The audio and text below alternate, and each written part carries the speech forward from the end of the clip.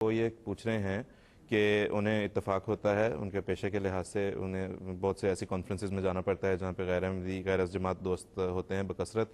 وہاں پہ انہوں نے کہا ہے کہ دیکھنے میں آیا ہے کہ جو علماء حضرات ہیں وہ اس چیز پر وہ یہ فتویٰ سر عام دیتے پھرتے ہیں کہ احمدی جو ہیں وہ واجب القتل ہیں. اس کے بارے میں وہ تھوڑی سی وضاحت چاہتے ہیں کہ آخر اس کا ان کو کیا جواب دیا جا سکتا ہے. منیر خادم صاحب. السلام علیکم. جی وعلیکم السلام. جی میں عرض کر رہا ہوں یہ ابھی جو انہوں نے سوال کیا ہے کہ غیر احمدی مولوی یہ کہتے ہیں کہ احمدی جو ہیں وہ واجب القتل ہیں، تو اس سلسلے میں گزارش یہ ہے کہ یہ صرف ہمیں ہی واجب القتل نہیں کہتے بلکہ آپس میں بھی ایک فرقہ دوسرے فرقے کو واجب القتل کہتا ہے، اور اس کے اب نظارے بعض ممالک میں نظر بھی آ رہے ہیں عملی طور پر. تو اصل میں جو قرآن مجید کی کیا تعلیم ہے، نبی کریم صلی اللہ علیہ وسلم کا اس سلسلے میں کیا فرمان ہے، وہ دیکھنا ہوگا. یہ جو واجب القتل کی بات کرتے ہیں دراصل یہ ایک عقیدہ بنایا ہوا ہے، جو اپنا عقیدہ ہے ان کا، کہ جو مرتد ہے جو اسلام کو چھوڑ دیتا ہے وہ واجب القتل ہے. اور ان کا کہنا یہ ہے کہ چونکہ احمدیوں نے نعوذ باللہ اسلام کو چھوڑ دیا ہے اور یہ مرتد ہیں، یہ واجب القتل ہیں.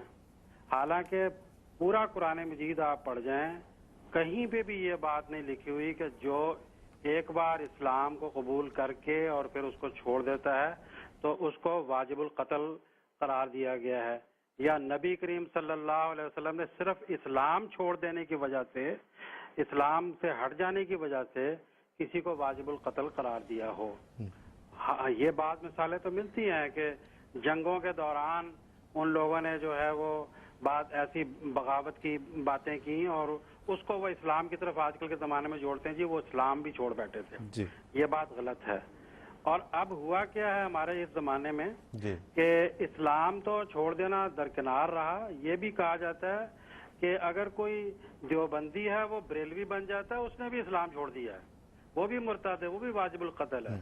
کوئی قادیانی بن جاتا ہے وہ بھی واجب القتل ہے. تو قرآن مجید کی جب ہم تعلیم دیکھتے ہیں تو قرآن مجید تو فرماتا ہے لا اکراہ فی الدین، دین کے بارے میں کوئی جبر نہیں ہے. من شاء فلیؤمن ومن شاء فلیکفر. اور اگر ایسی کوئی بات ہوتی تو نبی کریم صلی اللہ علیہ وسلم کی جو سیرت طیبہ ہے اس میں ہمیں یہ مثالیں ملنی چاہیے تھی. اس میں کہیں ایک بھی ایسی مثال نہیں ملتی کہ رسول کریم صلی اللہ علیہ وسلم نے کسی ایسے شخص کو جس نے اسلام چھوڑ دیا ہو اس کے متعلق کہا ہو کہ اس کو لاؤ پکڑ کے میں اس کو قتل کروں گا. میں آپ کے سامنے صلح حدیبیہ کی ایک مثال عرض کرنا چاہتا ہوں. جی منیر خادم صاحب. صلح جی السلام علیکم. جی منیر صاحب. جی صلح حدیبیہ کے موقع پر ایک شرط کفار نے یہ بھی رکھی تھی کہ اگر کوئی شخص ہمارا ہے اور وہ مدینہ میں آنا چاہتا ہے تو تم اس کو نہیں آنے اپنے پاس قبول کرو گے، اور اگر کوئی شخص جو ہے وہ آپ کا چاہے ہمارے مکہ میں آنا چاہتا ہے تو تم اس کو وہاں آنے دو گے.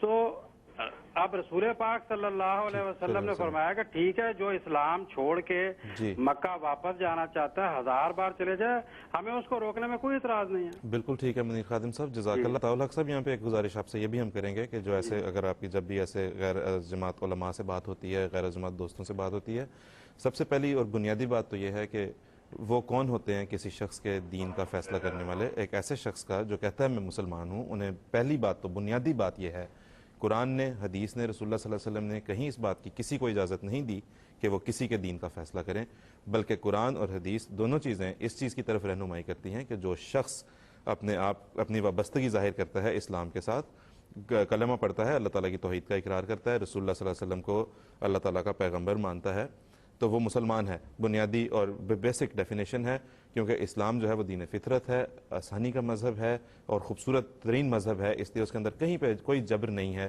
اس لیے پہلی اور بنیادی بات جو کی جائے وہ یہی کی جائے ان سے کہ کوئی کون ہو گیا کہ وہ احمدیوں کے دین اور ایمان کا فیصلہ کرے، جبکہ احمدی بدل و جان یہ کہتے ہیں اور یہ ایک ثابت شدہ حقیقت ہے کہ ہم اللہ کے فضل سے اللہ تعالیٰ کی توحید کے بھی قائل ہیں، حضرت محمد مصطفیٰ صلی اللہ علیہ وسلم کو بھی مانتے ہیں اور اس شخص کو بھی مانتے ہیں جس نے رسول اکرم صلی اللہ علیہ وسلم کو احسن ترین رنگ میں سمجھ کے مانا اور ان کی امت کی اصلاح کے لیے اس دنیا میں تشریف لائے.